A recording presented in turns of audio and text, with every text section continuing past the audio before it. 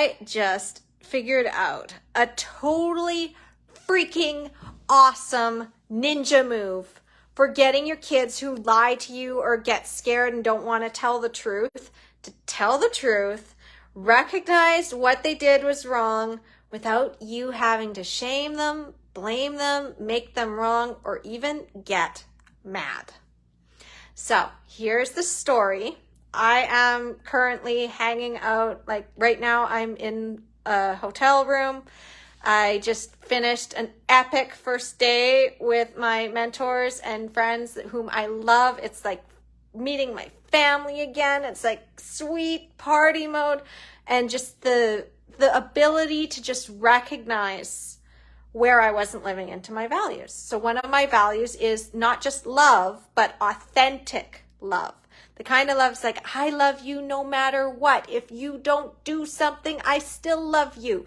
If you do something that maybe hurts me, I still love you. That kind of love is like, what is my most authentic self? Because it's important to me that I feel that, and it's really important to me that my kids know, no matter what they do, mom loves them. No matter who they turn out to be, mom loves them. They are just the most amazing, beautiful kids, and I just want them to know. Doesn't matter if you screw up, I love you. Doesn't matter if you don't do the thing that I expect you to do.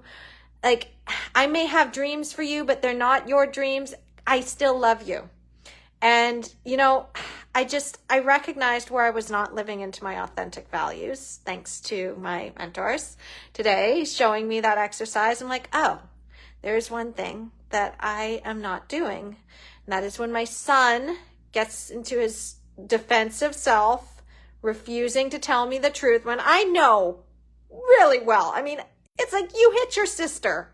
I literally saw you hit your sister, and you are denying hitting your sister. It's like, kid, you're in the office right now for doing a thing you know you weren't supposed to do. I know what you did. Just admit it. So my son would lie. He would get defensive. He would push back. He would sometimes even get violent. And I'm not a big person. So it's like, what am I going to do when this 10-year-old becomes 12, 13, 14, 15, 16? How the hell am I going to get a 16-year-old to admit to the truth when it gets to be bigger issues if I can't get him to do it now? So I used a little trick that I recognized. It's like, I'm gonna do something different. I'm not living into my values of authentic love when I fight with this kid. And I don't want to fight with him. I hate fighting with him. So how do I turn this around when he won't even talk to me and tell me the bad thing that he did, or the thing that he thinks I'm going to flip my lid for? Because I have in the past. I am not perfect. There are moments where I would get really upset and I would not live into my authentic value, and I would yell and I would shame and I would maybe lose my temper. Maybe I'd throw something, but I hate that. And as parents, we deal with those triggers from our own childhood. So it's like, my parents would have smacked me for that. It's like, they would have smacked me for less than that. It's like, I smacked you once, and it's like, and it took a lot for me to just get to that point, and I feel terrible and I hate myself for it. And at the same time, I got worse. I got so much worse. And so I was like, how am I going to turn this around? Because my kid is scared. He's got a track record. He knows that mom used to flip her lid. Dad used to flip his lid. Mom flipped her lid less than dad does, but still, like, if I get mad, they get scared. And I recognize that. And I'm like, you know what? I'm going to do this trick that I learned, and also take some of the tools that I use with my clients, and it's like how to understand that your care provider is scared and how to be the relationship leader. I'm like, I think I'm going to do this with my kids. So I had already been primed by my ex. It's like, he got in the office today. I'm like, what did he do? What did he do? So I'm like, okay, so tell me, Hunter, this is how I started it. Here's the actual ninja move. I'm going to show you how it was. And then at the same time, I'm going to tell you basically what I did. is I asked some questions in a certain order that then led to my child telling me not only the truth, but also why it was wrong without me having to tell him why it was wrong, to also come to the realization himself that maybe this wasn't the best thing to do, to apologize, like this is how ninja move, okay? He apologized and then also recognize he's not going to do it again without me having to do any punishment at all. Without me having to take away any privileges, without me even having to teach him the lesson, to moralize it. All I did was reflect the same thing that he was saying to me back at him so that he got it. Okay? Ready? Now I'm going to tell you the story. Okay? So I'm sitting there, I'm in the Uber, I'm listening to my son, and I'm like, okay, so I heard you were in the office today. Can you tell me why you're in the office? Well, Mom, I was just trying to make people laugh. Okay, I can see. Your intention was you wanted to make people laugh. So I'm looking, it's a good intention. First of all, we need more laughter in the world. He wanted to bring joy to his classmates. I love that. But I could recognize that he's like, I probably fucked up. And I'm like, okay. So you wanted to make people laugh.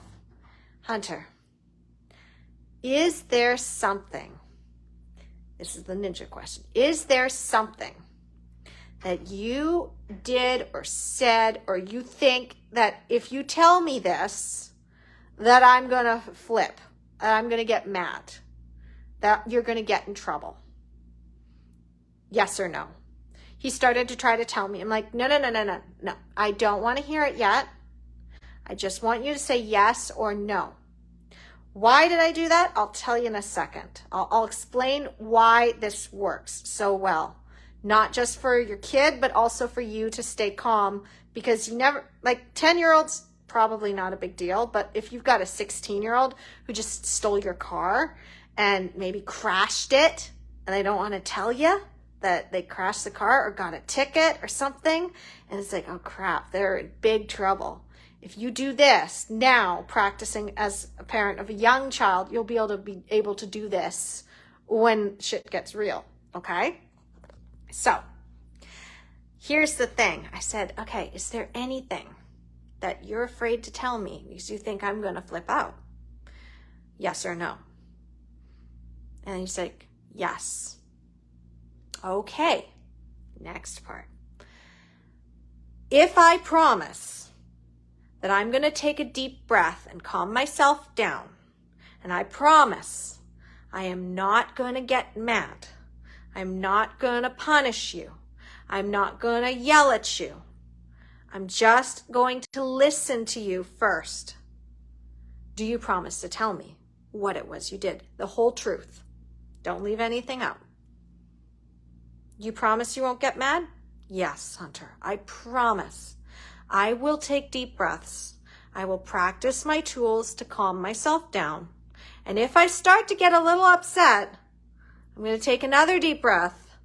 I might even say, hey, stop. Mom needs a minute to hear the rest of this. Now, his thing, not really a big deal. But obviously practicing for if he says to me, hey, Mom, I kind of went and got a girl pregnant. Like, I'm thinking like the most horrible, worst case scenario is like, I'm 15, I went and slept with my girlfriend, I got her pregnant. So it's like, I'm practicing for that. I don't think it's going to happen. My kid's very smart. But having that tool, it's like, Mom, I got an F in this class. Oh, well, you didn't get a girl pregnant, so it's okay. It's okay. It's not okay you got the F. We're still going to work that out, but it's not the worst case scenario. So this also allows you to be like, what is this thing that my kid is holding from me?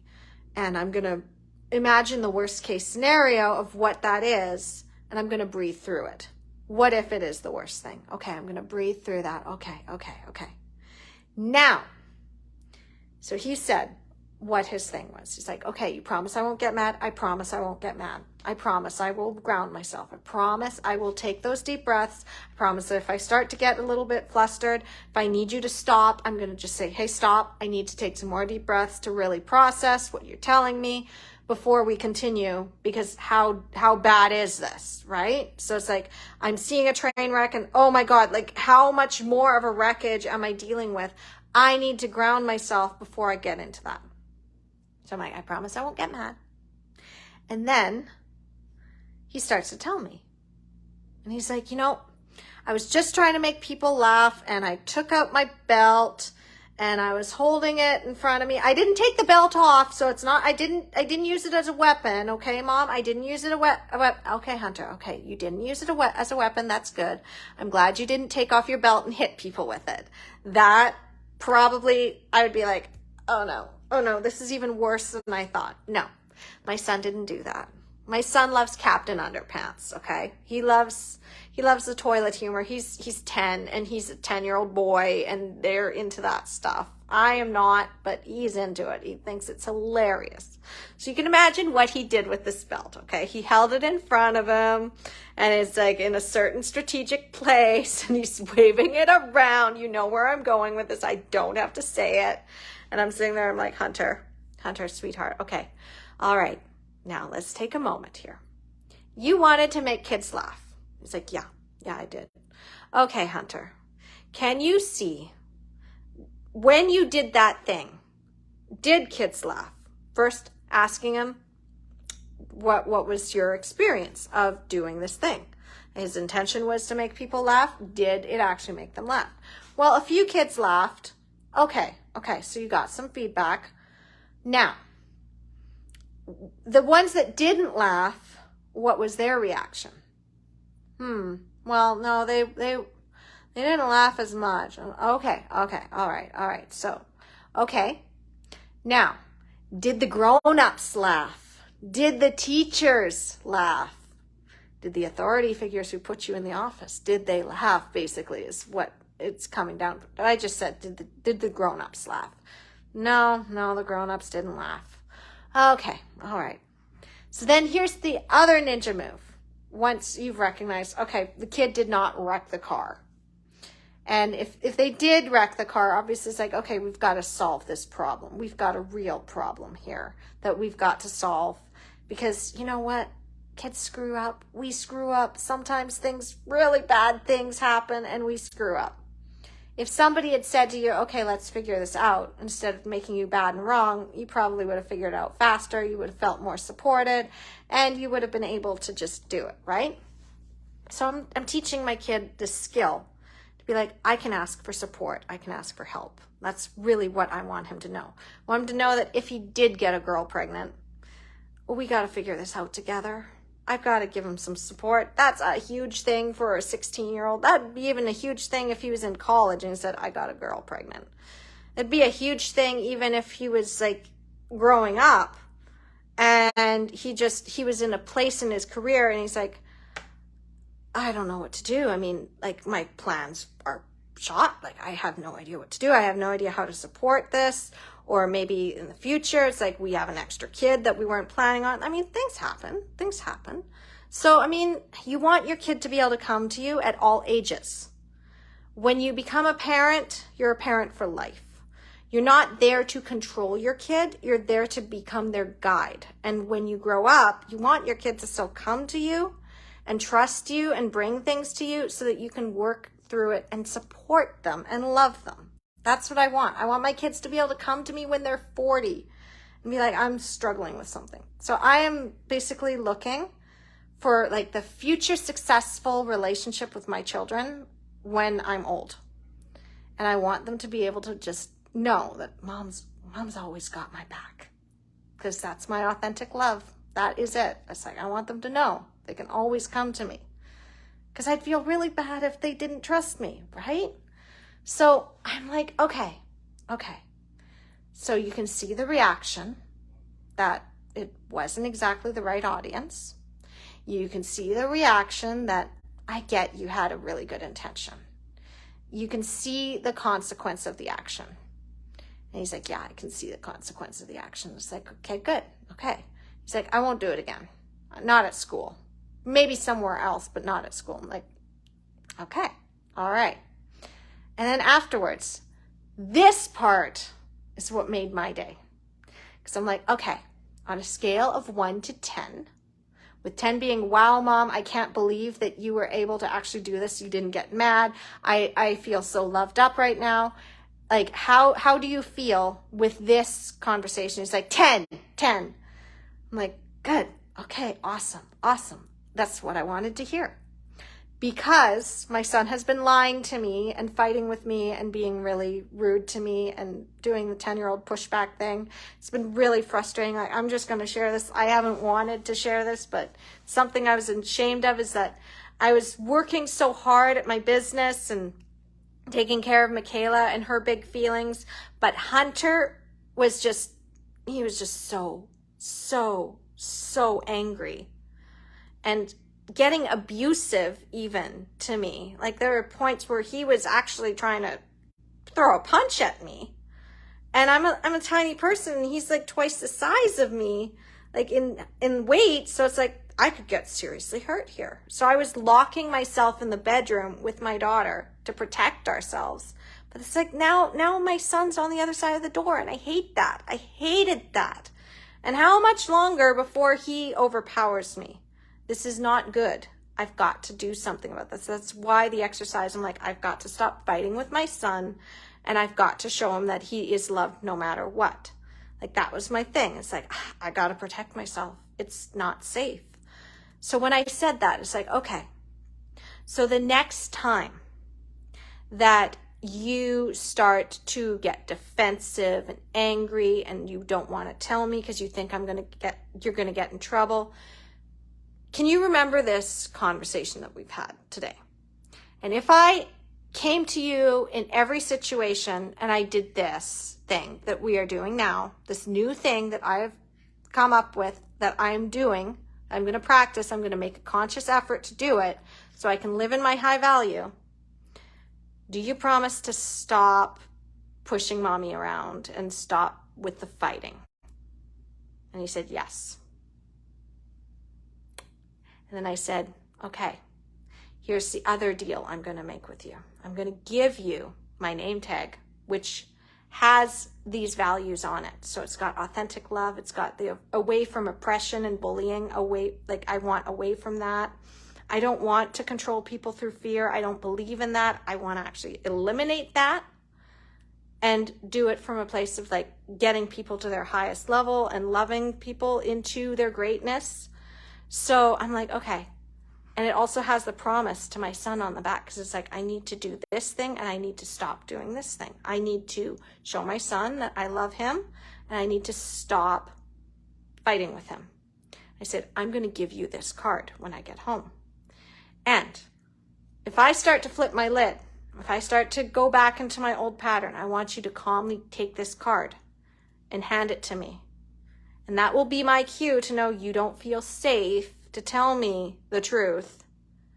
And then I'm going to take a deep breath and I am going to be like, you know what, Hunter? You know what? You're right. I'm sorry. Start over. And then it's like, if I ask you the question, is there something that you feel unsafe to tell me? You're going to stop the attacking. And I don't know if this is going to work. I mean, he's 10. He might forget.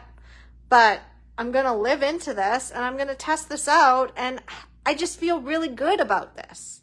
Because this conversation could have gone like, Hunter, what were you thinking? And getting in trouble and getting scared. And I'm like, you know what? No, let's try this. Let's try this.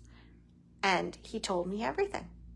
So, to reiterate, you need to make your kid feel like they're safe enough to share whatever it is that hit the fan. So you have to ask them the question, is there something that you're afraid to tell me because you think I'm going to get in trouble? And then you have to ask, after they say yes or no, if it's yes, which usually is, there's usually something. And even if they say no, it's like, are you sure about that? Like if I promise, remember, I made a promise to you. I'm not going to get mad. Are you sure there's not anything that like you think I'm going to get mad at you for, but it's like something that you're really struggling with right now, and you know it's bad, and you're really scared right now, and you don't know what to do. And then they'll tell you, and you just keep digging at that to make sure that there's nothing there, because sometimes it's asking 3 times, sometimes it's asking 5 times, and asking in a different way to do it. So you do that. They say yes. There's something. Okay, I promise that I'm going to ground myself, that I'm not going to get mad right away. I'm not going to react. Because if you say, I'm going to breathe, if I need to stop you, I will stop you so that I can breathe. This allows you, this is your thing, to deal with whatever it is your kid is screwed up on. Whatever it is, because you're going to take that moment to be like, okay, this could be really, really bad. So I'm going to take as many deep breaths as I can. Then when they tell you, it's like, oh, it's not the worst case scenario, so it's actually okay. I can deal with this. I mean, I do this with my clients all the time. I call it might possibly maybe happen. Yeah, there is possibility that this bad thing could happen. But actually, no, it's not what you were expecting. It's not the worst case scenario. It's actually easier. So when you see it, it's like, oh, it's not actually the worst case scenario. Oh yeah, I got this. I can handle this. It's a little challenging, but I can handle it. That gives you so much more to work with, and you're grounded, and it actually works better than you thought. So then you're like, okay, I'm calm. This allows your child to feel super loved up by you, able to share their truth. They come up with the realization that, oh, I did a thing, wasn't exactly smart, wasn't exactly the right audience. I mean, it's not wrong. I'm not wrong, because, I mean, in some other context, this might have been the right thing to do, just not in this context. Okay, so now I know I have a lesson. I've now made the lesson myself. That's their reasons, not your reasons. They're doing it themselves, so they're thinking, oh. And as like when they're little kids, you guide them through that. But as they're older, like 10, 11, 12, like their brains are starting to change in a different way, it's just like, oh my gosh, yeah, I get it. I get it. Yeah, I get why that thing that I did wasn't the smartest thing to do. And now I've got that skill and I can apply it. And I've learned my lesson, Mom. Thank you. And thanks for not getting mad, and we can figure this out. Or if there's something they need help with, now it's like, okay, now that I've recognized what it is, now I might need a day. I mean, if they crashed your car and you've got a ticket and the car is totaled, you may need a few days to really be like, okay, all right, you wrecked the car. Yeah, you wrecked our second vehicle, or you wrecked our only vehicle, and it's very expensive. And I told you were not supposed to go take the car, so and you were going to a party, and oh my goodness, oh yes, sweetheart, thank you for telling me. I need to go and rest for maybe a few hours or a day or two. We will figure this out. There's some things I need to do first. I am really mad right now, but I also love you, and we'll figure this out. And I'm not going to yell at you. I'm not going to scare the crap out of you, but just know this is a lot for me to deal with right now. And I really can't deal with this with you right here. So I'm going to go to my room and I'm going to do something. And I'd really like it if maybe you go to your room and maybe I don't know yet, but just go to your room. Yeah, no. We will figure this out. We will find the consequences for this. But right now, we just need some space. If every parent did that, if we did that as parents, think about the possibilities here. I mean, really think about that. What would that be? And if you're thinking now, it's like, what are these possibilities? And you want to drop it in the chat. I love to discuss this stuff. This is like evolutionary magic. I'm a social psychology and psych nerd. So I love this stuff. And I love the idea of imagining a future that's different than what we're typically getting. So give me your thoughts. All right. And I had to share that. I had to share that while I still have it. I'm going to bed now. I didn't sleep last night. I got in at almost midnight, and then I didn't fall asleep until 1:30, and I kept waking up. And the night before, my alarm still went off at 6, but I actually woke up at 2:34 in the morning. I couldn't get back to sleep until 4:30, and then I had my flight, and I flew out of Vancouver at like 11:45 in the afternoon. So it's like it's been a lot. So I need to go to sleep because I got another big day tomorrow. And I'll probably have a whole bunch more insights. I can't wait to take them home. But yeah, if you know where I've been, and you actually are in the community, and you're like, oh, I wish I could be there. It's like it's 10 times better than like what you're expecting. Like it's even better than when I went in January. Like it's been an epic day.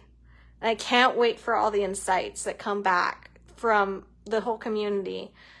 I freaking love the people that I've met over the last almost 3 years. This is I'm home. I'm seriously home. And I'm just grateful. I am just so grateful. And I'm grateful that I was able to share that with you. All right. Bye.